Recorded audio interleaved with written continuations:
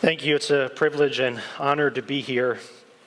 And I know there are many of you who are here and you have experienced deep hurt at the hands of people who should have protected you. And what some people don't know is that for years I worked in an oppressive church system as an assistant pastor, as a youth pastor. And it was a place filled with church hurt. I didn't see the oppression at first. Like most abuse, it was hidden until people started sharing their stories.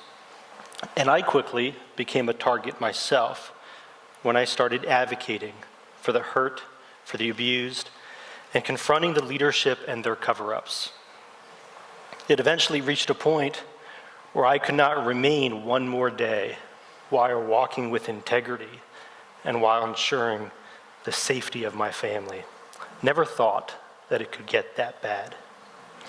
I'll never forget the night my wife and I made a heart-wrenching decision to walk away from a people we had grown to love, from a house we had made a home but belonged to the church, from a job that paid our bills, and from a career and a future that seemed secure.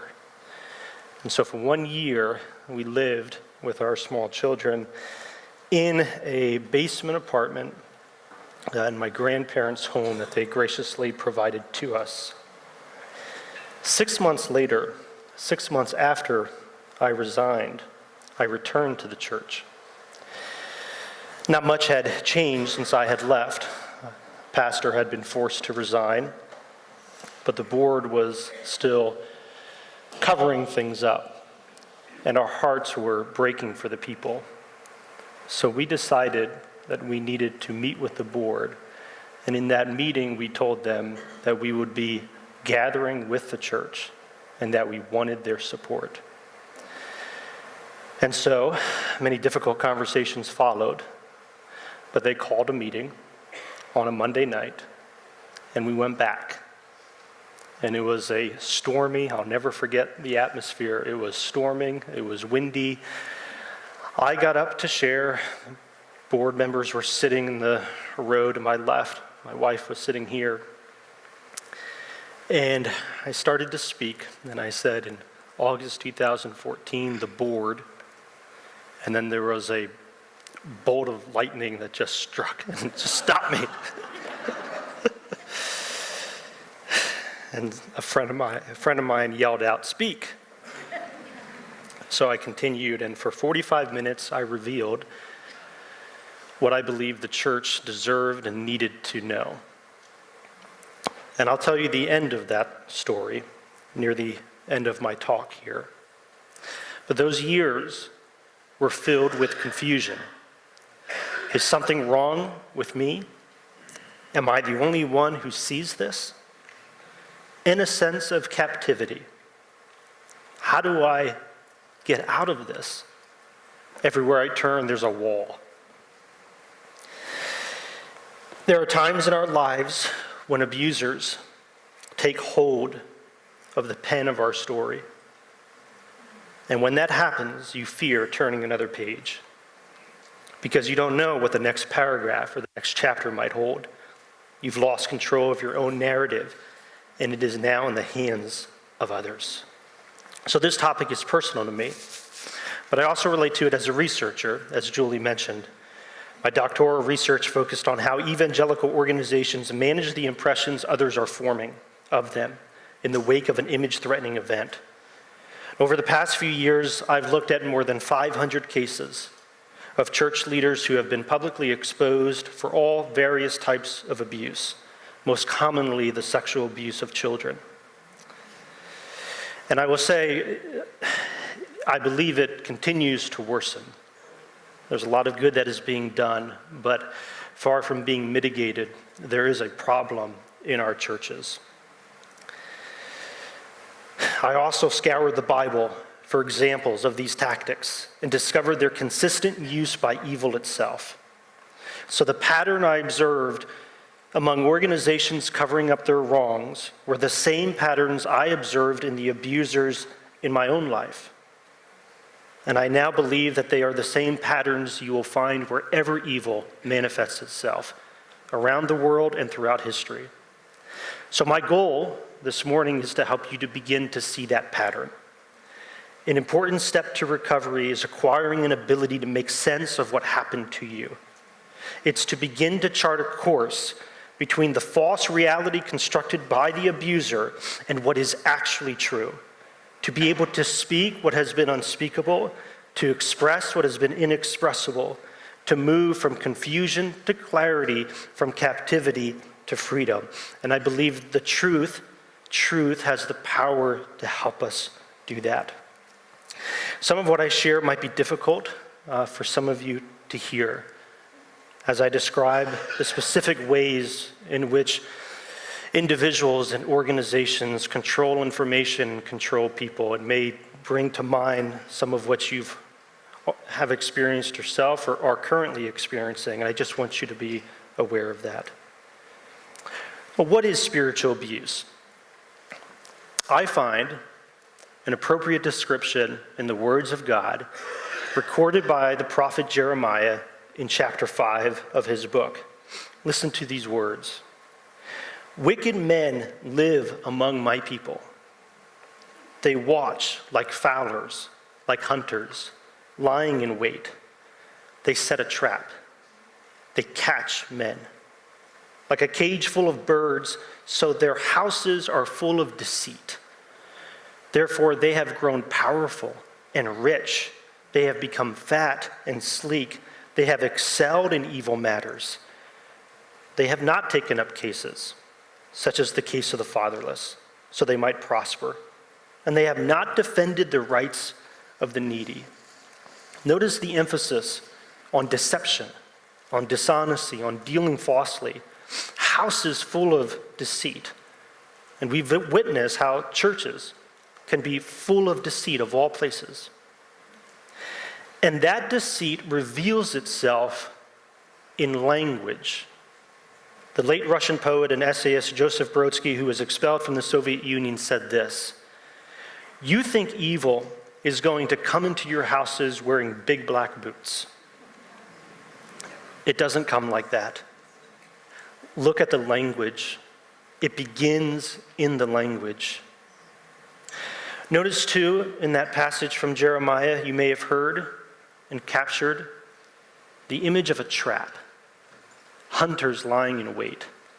It's a common description of abuse used throughout the Bible, and it's fitting to think of the spiritual abuser as a thief. Someone looking to deceptively gain possession of something they do not have. And that's what I believe sets most people apart from the person that I'm describing as an abuser or spiritual abuser. Not everyone is out to trap you. But this is what the spiritual abuser does. The thief is setting a trap. They've objectified and targeted people. Now, how does this happen? If evil begins in the language, evil language usually begins with charm, with what is called ingratiation. Communication designed to increase your approval of the other person so you will be more likely to comply with their demands. It's the most frequently used tactic I've observed in abusive communities. And there are 4 charms I want to make you aware of: flattery, gifts, helps, and alliances. Flattery is a tool of deception because it asks you to look at actual, fabricated, or exaggerated positive characteristics while keeping you from seeing the true desires behind the person bringing attention to those favorable qualities. It wants you to see something pleasant about yourself, but not ultimately for your encouragement and your affirmation, but to make you feel better about the person who is improving your sense of self. For example, one of the common forms of flattery is to tell others how exemplary they are. This is called exemplification, and it's meant to make you feel special, perhaps in ways that nobody else has, by comparing you with others in a way that declares you to be better than the rest. But for the person who's deceiving you, they really don't care about that. So they might say, God has anointed you. Very powerful words when they're misused. Or there isn't a group of people I'd rather be leading, said by one pastor who was forced to resign for his mistreatment of those people. Now, it can be hard to discern the difference between flattery and sincere encouragement. A major clue that a person is using flattery to coerce is how they respond when that flattery isn't accepted or returned. Because remember, they're setting a trap. So if you don't walk into that trap, they might become upset. An abusive spiritual leader often expects praise in return. And when it is returned, and it usually is, a cycle of flattery is created. And as this wheel of praise spins faster and faster, and this is something that I'm observing in our celebrity Christian culture, as this wheel of worship spins faster and faster, flattery becomes embedded in the culture. And as a result, it becomes increasingly difficult for anyone to interject a sincere expression of truth. So the shunning of anything other than praise, anything other than flattery, creates blind spots for the community as people are hesitant to speak criticism and flatterers begin to see the criticism as negative, disruptive, and disrespectful. So the ever-breeding flattery crowds out dissension, and dissension in any community, on any team, in any board is an important and necessary safeguard against abuse. Because without that, the abusive leader will renegotiate boundaries. Happens all the time. They use this charm, they use their words to convince people to give them what they want. And one of the things that they want is to be able to do whatever it is they'd like. And so over time, they can even convince a group of men around a table to renegotiate boundaries that had been previously established, all in the name of trust, all in the name of what is good for the organization. And what that community, that board needs to know is that the trust that matters isn't the trust that they're forming with that leader, but the trust that they are forming with the people that they are there to help protect. So flattery is very powerful. Another tactic of charm is gift giving and favor rendering. Often attached to these favors is again an unspoken expectation to do whatever is asked of you. They're powerful because they enhance your life, often in unexpected or unnecessary ways. And it's normal to respond to a kind offer or gift with appreciation. Abusers can also use their power to offer help in ways that are beyond necessary. So this is called overhelping. It's a form of manipulation in which you and others are made to believe that the only way you can succeed is with their help, which then makes you dependent upon their help.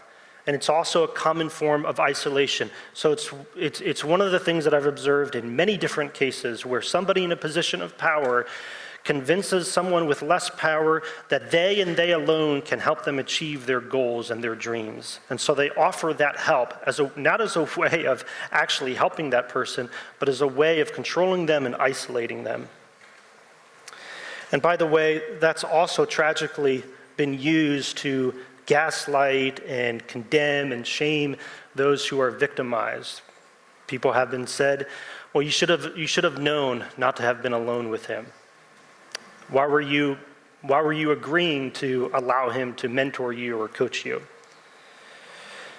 The last charm is what I call alliances.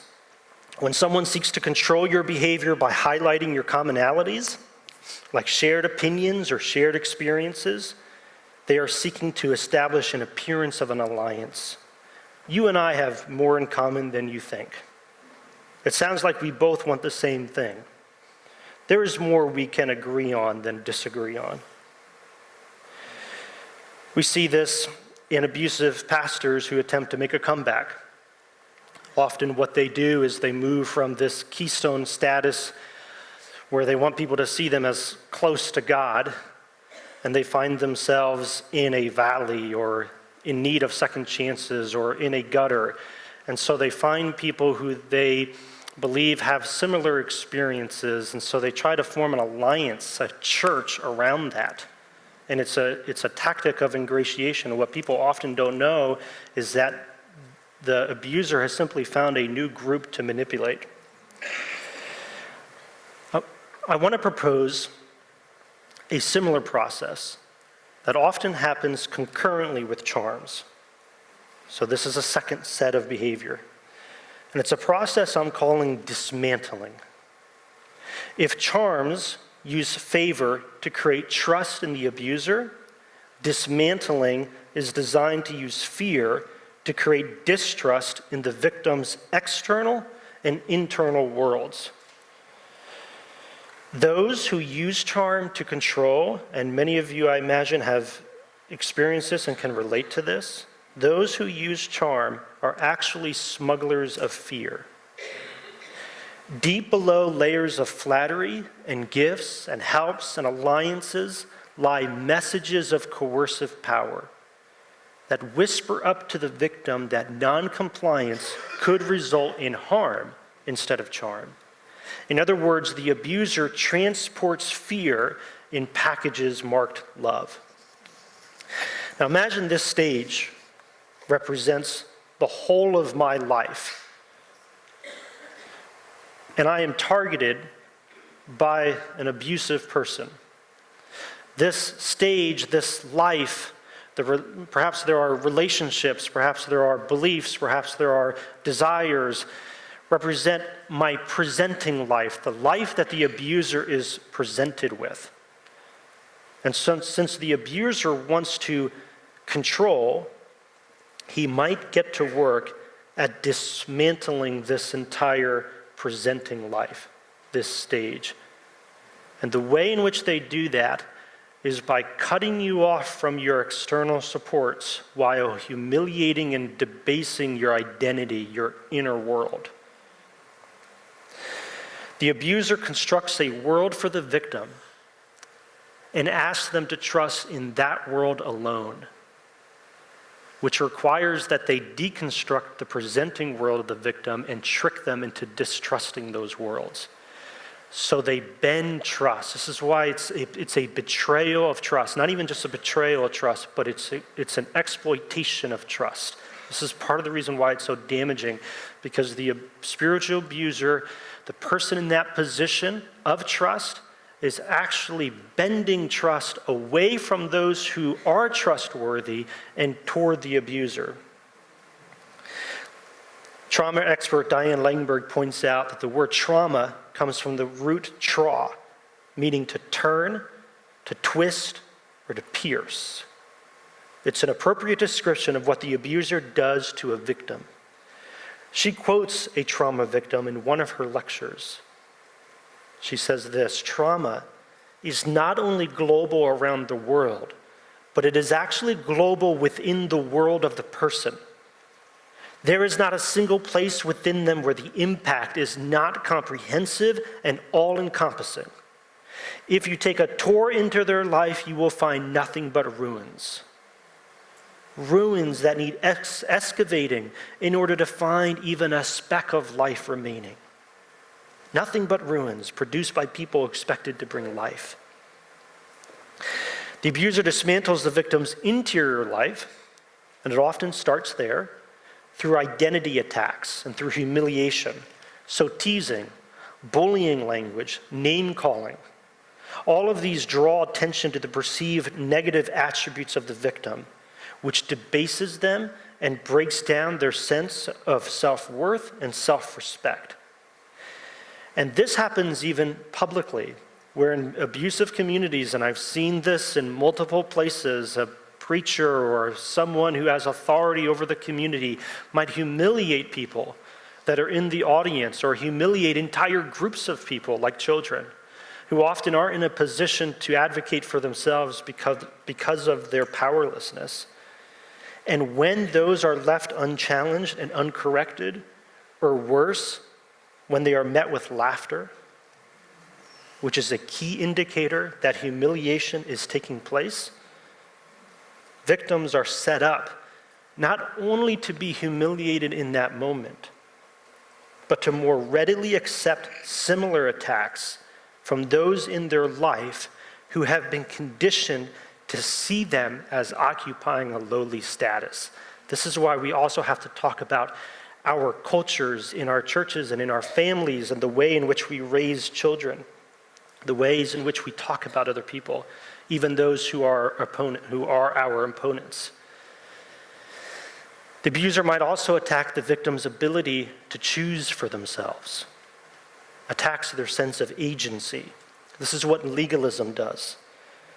As the abuser constructs a new world with a newly defined reality, actions are dictated and controlled with increasing scrutiny and highly invasive rules. So I see this in communities that might be defined as cults, lots and lots of rules. And often members aren't even aware of these rules until they break them. So the spiritually abusive person creates an environment where you are constantly looking over your shoulder, always fearing what will happen if you step out of line. You feel as if you're wrapped in a curtain of constraint. So there's attacks on your internal world, and then there's attacks on the victim's external world. This involves deceptive messages that dissuade you from maintaining other relationships. They really don't care about you. Why do you listen to them? You don't need them. Or they might belittle and demean people close to you, like your spouse, to get you to distrust those people. These messages over time drip onto the foundations supporting these external relationships until they are eroded away. And soon the victim comes to distrust and fear others, a fear that is then leveraged by the abuser to control the victim until they are isolated from these necessary and important support systems. Religious abusers attack a victim's external world when they teach the victim that everything outside the encompassing realm of the religious institution has the power to corrupt and contaminate them. It's as if the world created by the abuser is a safe zone and the world apart from the abuser is dangerous. These external relationships might include family members, friends, therapists. They include journalists, social workers, law enforcement, the legal system, even healthcare workers. There have been multiple cases of faith communities teaching its members not to rely on doctors for help. The dependency upon modern medicine and procedures is a threat to one's faith, and children die in these communities. And it goes back to a deception.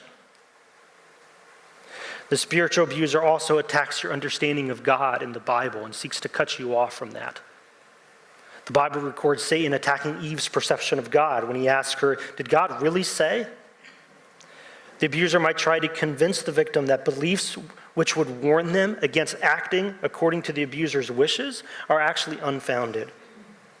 So the older adult pastor who targets a child might start telling that child, that teenage girl, that God actually doesn't say that we can be involved in this. Or this is actually what God wants. This is especially powerful in its effect when the abuser casts himself as an agent of God, appealing to their calling or their anointing or their theological insights or their role or their spiritual gift in a desire to be seen as the person who knows exactly what God wants for the victim. They may even claim they've heard directly from God. And the power of this deception, again, is in the fear it produces. The victim becomes anxious that saying no to the abuser might be the same as saying no to God himself. And in the worst cases, abusers convince their victims that they are demonically influenced and need the abuser's help to be delivered. These are traffickers of deliverance who exploit the victim's fear of supernatural evil by presenting to them a condition like demonic possession that can only be remedied through cooperation with the spiritual leader. This stuff is happening.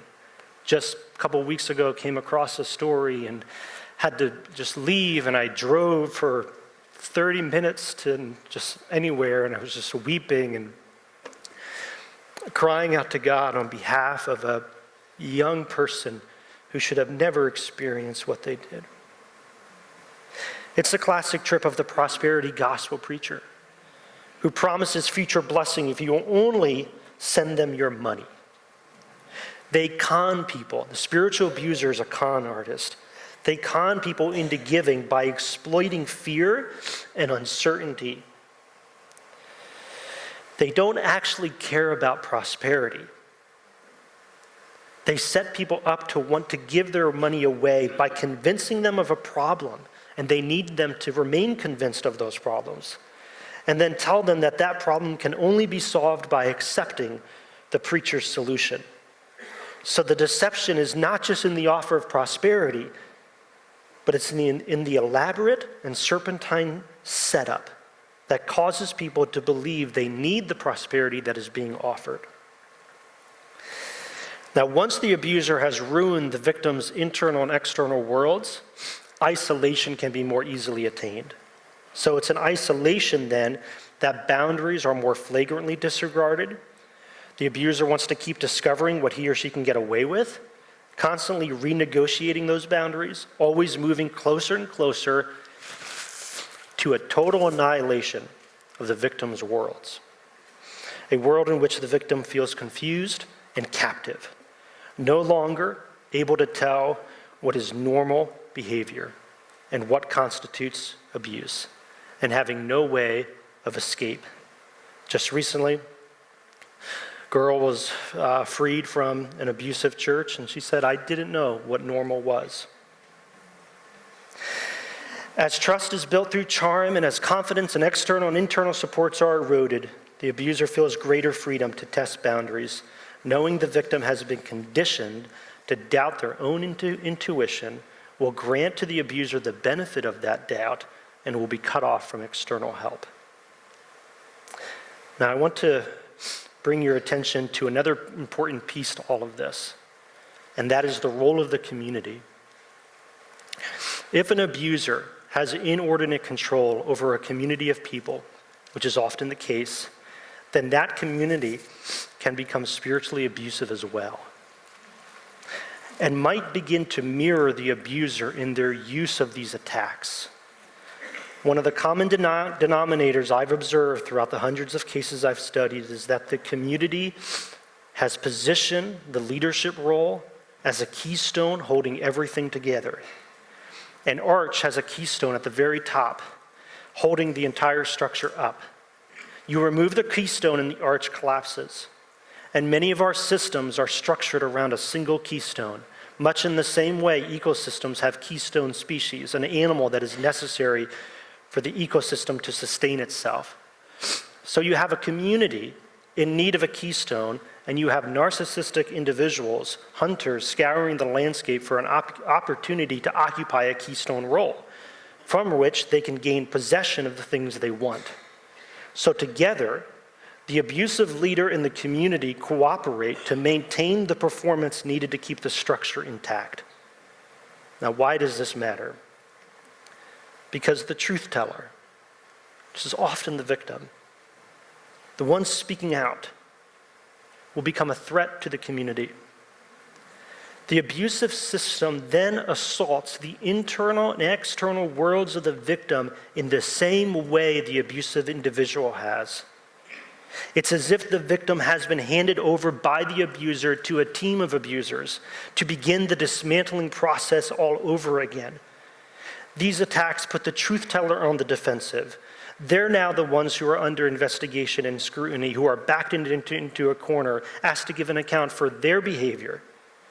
And one of the most difficult moments for a survivor is when their story, finally told to the leaders of the organization with the expectation that they will be met with light, and they're instead met with darkness. And they discover that the leaders are prepared to take the victim through the same process that the abuser has taken them through, only it's starting all over. And I don't think many of our church leaders quite understand this and what it is like. Abusers force secrecy upon their victims the moment boundaries are crossed. And like any weight, those secrets become harder to carry over time. The victim feels trapped, as a desire to be free from the burden of secrecy is repeatedly met with a fear of what will happen if the truth is revealed. And it's a reasonable fear. Many abusers coerce victims into silence with threats meant to give the victim the impression that telling anyone will cause some kind of destruction. So the decision to tell the truth is an act of tremendous courage, often driven and motivated by the hope of finally being free of the burden of secrecy, and perhaps out of a concern, and usually out of a concern that others might be being harmed as well. Yet many have experienced that at that moment a profound betrayal when those they tell demand they continue to carry the secrets. Fears become a reality and hope is shattered as the organization cooperates with the abuser in their attempt to keep the victim silent.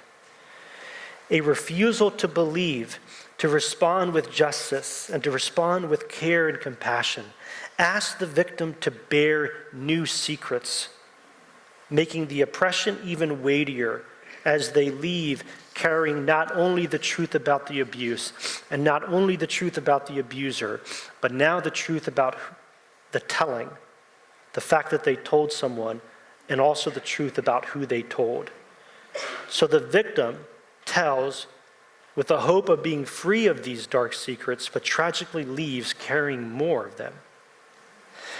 And what's more, victims then live with a profound and disillusioning sense of injustice when their abusers, when those who cover for them, absent any accountability, move through life with apparent ease, are allowed to resign, while the victims, absent support, struggle to survive under the weight of such painful truths.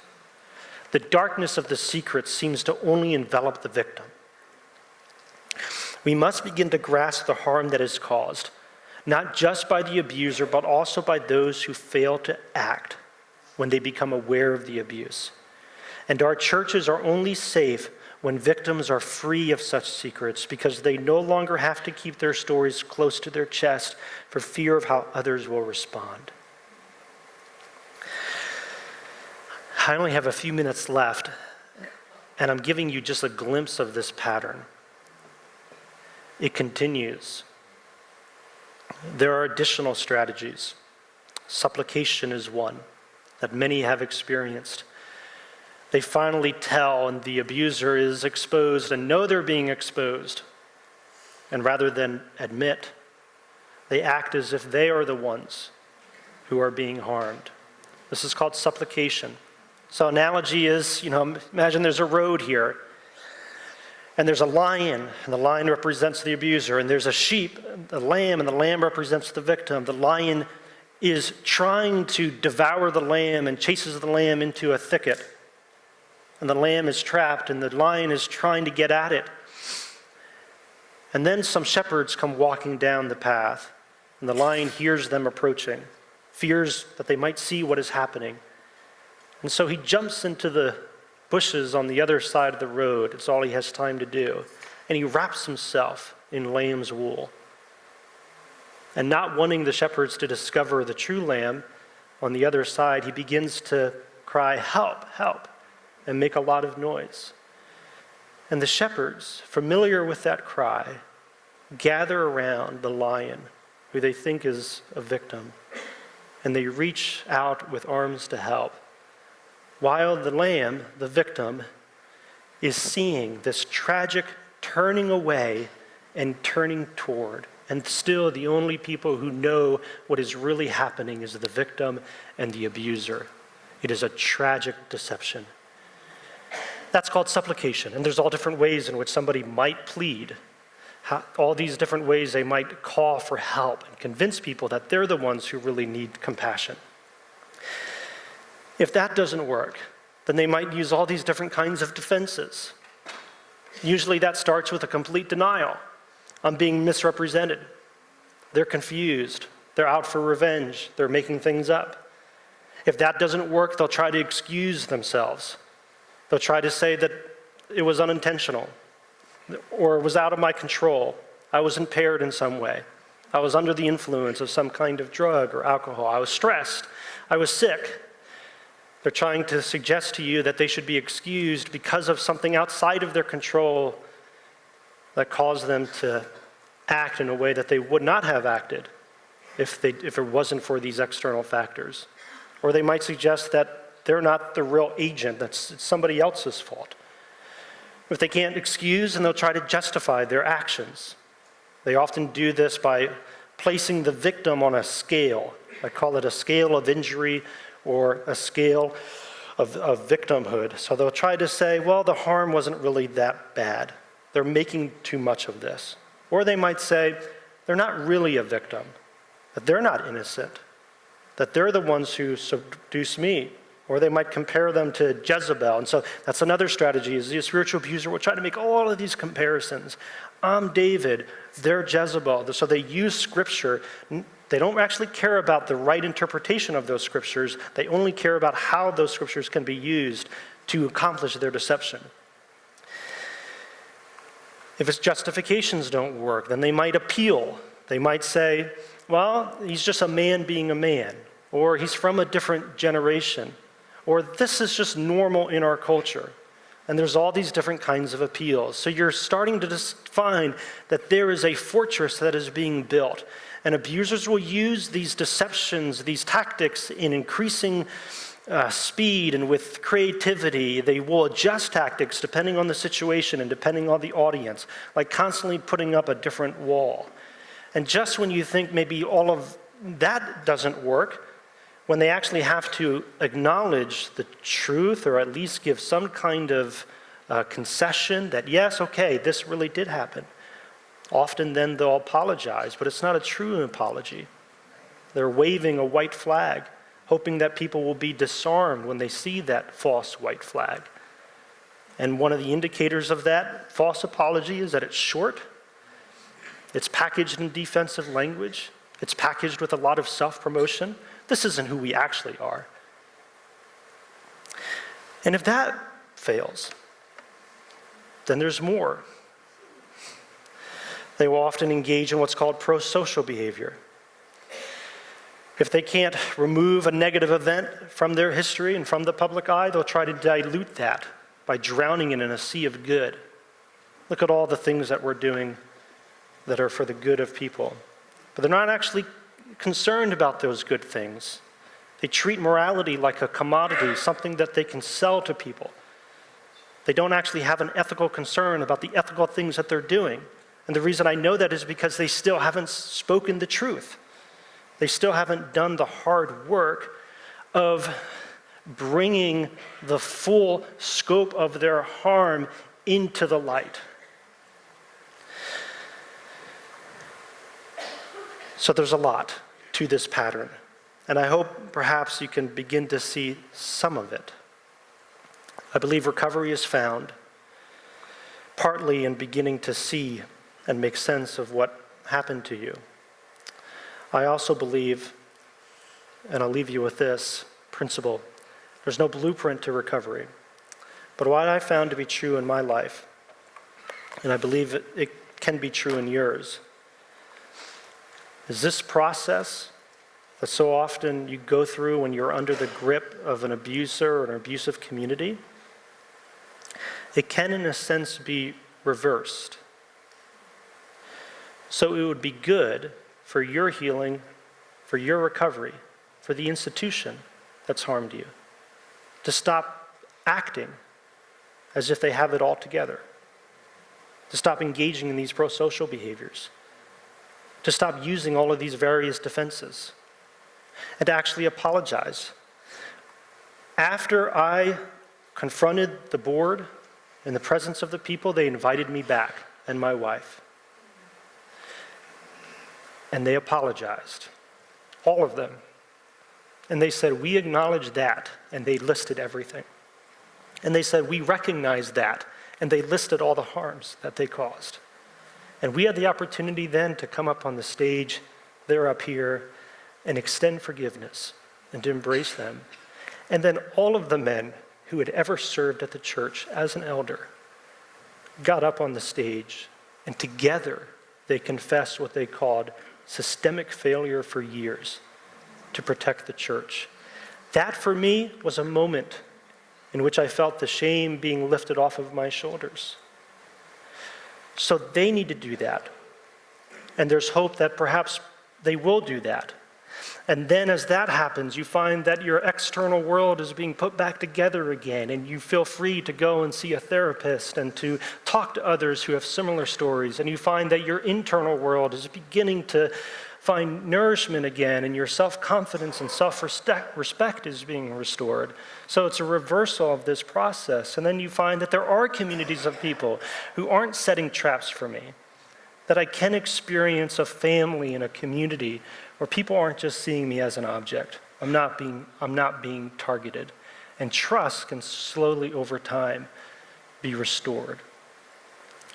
Thank you for allowing me to share with you this morning.